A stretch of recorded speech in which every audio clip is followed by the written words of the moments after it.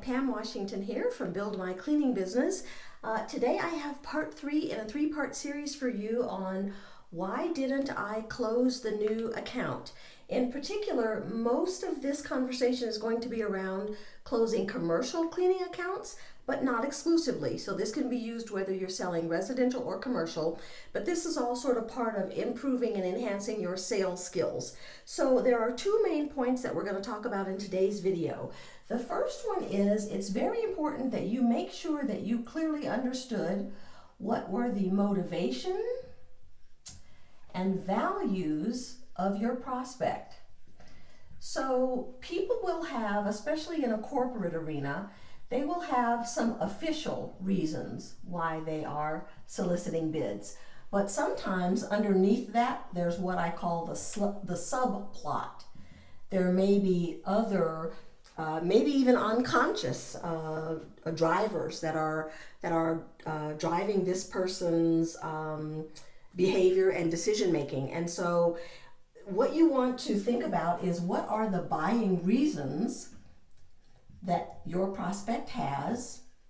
And here's a conversation that you want to always be having to yourself in your mind. You want to say, what is their behavioral driver? What's really driving their behavior and their decisions? And how does my solution address that? Because if your solution doesn't address what's driving their behavior, their motivation, and their values, then it's not a winning proposition for you. And what's important is that you need to make sure that you address whatever the subplot is in your presentation and in your proposal. So, for example, in some ways, this goes back to what I talk about frequently, which is what is the pain of your prospect. But sometimes they're not always all that clear. It could be something as simple as they don't want to look bad. Maybe they either currently look bad because they're the ones that made the hiring decision about the existing cleaner, or maybe they don't want to look bad by making a mistake by changing to a new cleaner. So it's important for you to know, if the number one thing that's important to them is that they not look bad, then your sales delivery has to be around reassuring them that no matter what happens, they're not going to be the ones to look bad for making this decision. The other thing that you want to think about is, are you listening to your sales intuition? So here's what I mean by that. Good salespeople are constantly categorizing and evaluating information that they're getting during sales presentations. And so while it's important that you are persistent and that you're energetic in your pursuit of the business, you also want to listen to that gut feeling that will sometimes tell you, this is not a winning proposition for me for one reason or another. It sort of goes back to what we were talking about their motivation and their values. Sometimes there's a subplot that you can feel but you can't articulate. So let me give you an example. I was talking with one of my coaching clients a few days ago. She has an account now. It's an apartment complex. And what's going on is that they've had a lot of change in management. There's a lot of messiness going on over there, a lot of drama that really has nothing to do with her.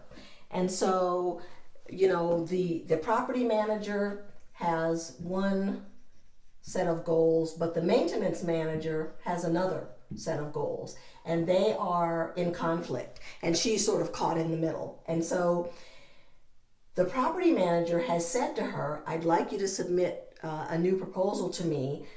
And she keeps sort of trying to get to the bottom of, what is it that he's really looking for? Is he looking for a lower cost? Is he looking to increase some of the services that she's providing? I mean, what is the driver? What does he want to see change? And he keeps giving her so many different answers that she can tell that what he's really telling her, none of these are the right thing, that there's something else going on that really has nothing to do with her. That's her sales intuition telling her that what's going on here really isn't about her. So she's going to submit her very best proposal, but some of this is just beyond what she can be responsible for because it's a power struggle between the property manager and the maintenance manager. So listen to your sales intuition. Sometimes it's even appropriate to just walk away from a deal. I'm always talking to you guys about how important it is for you to protect your time and your confidence. So if you get the feeling that this is just a no-win proposition for you, it's perfectly fine to decline to bid in a professional way. You don't want to say, hey, you guys seem like you don't have your act together and I don't have time for this. You certainly don't want to say that. But you can just send them an email with really no explanation. Just, while we appreciate your interest, at this time we've decided not to submit a bid to you and wish you all the best in your, search for just the right vendor. Sincerely yours, blah, blah. So these are two things that you want to think about that can hold you up from closing the commercial proposal, the new commercial cleaning contract. So that's it for today's video. That completes part 3 of this three-part series, which was sort of about improving your sales skills and in particular around commercial cleaning. So that's all for now. See you next time.